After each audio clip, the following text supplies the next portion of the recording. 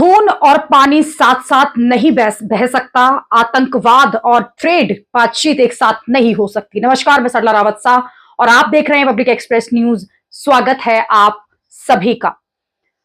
पाकिस्तान के खिलाफ भारतीय सेना के ऑपरेशन सिंदूर को अंजाम दिए जाने के बाद सोमवार को देश के प्रधानमंत्री नरेंद्र मोदी ने देश और दुनिया को संबोधित किया।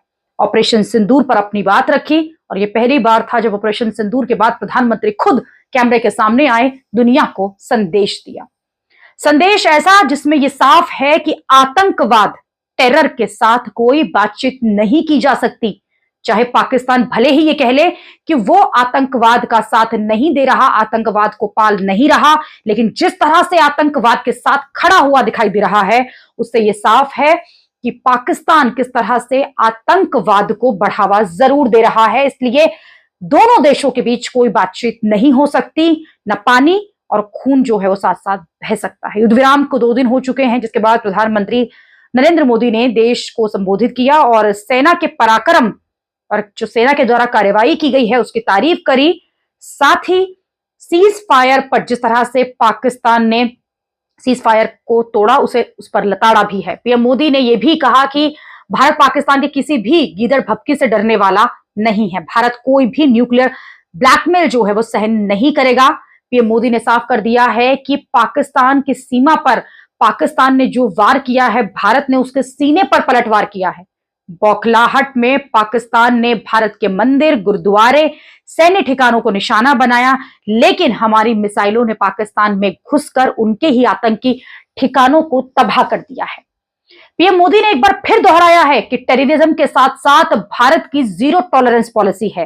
भारत पर हुए आतंकी हमले का मुंह तोड़ जवाब दिया गया है और बार बार ऐसे ही जवाब दिया जाएगा जिस तरीके से दिया जाया है। कोई शर्त और कोई बातचीत इस बीच नहीं होगी। दूसरा, कोई भी न्यूक्लियर ब्लैकमेल जिसे पाकिस्तान लगातार कर रहा है और दूसरे देशों के जरिए भारत पर प्रहार करने की कोशिश कर रहा है, लेकिन पाकिस्तान को यह समझ आ जाना चाहिए कि केवल भारत की आर्मी ही नहीं, भारत का हर एक व्यक्ति इस समय एकजुट है, एक साथ है आतंकवाद के खिलाफ, पाकिस्तान के खिलाफ।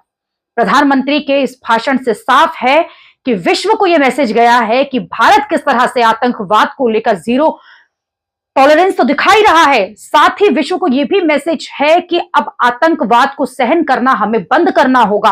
आतंकवाद के खिलाफ एक साथ एकजुटता दिखानी होगी, तभी दुनिया से जो आतंकवाद है उसे मिटाया जा सकता है। केवल पाकिस्तान से जो आतंकवाद फैल रहा है उसका भारत पर ही असर नहीं होता, दुनिया पर इसका असर होता है। लेकिन जब आतंकवाद के खिलाफ बात करने की आती है तो भारत पूरी तैयारी के साथ आतंकवाद को जवाब देता है। उसी का नतीजा है कि 6 एयरबेस इस वक्त पाकिस्तान के ध्वस्त हो चुके हैं, पाकिस्तान की किरकिरी विश्व में हो चुकी है। लेकिन फिर भी पाकिस्तान ने जिस तरह से सीज फायर का उल्लंघन किया, उसी को लेकर प्रधानमंत्री ने साफ किया है कि जिस तरह से पाकिस्तान को जवाब दिया गया है, पाकिस्तान को यह बात समझ में आनी चाहिए कि अगर आतंकवाद के जरिए बातचीत की जाएगी तो जवाब इसी तरह से दिया जाएगा।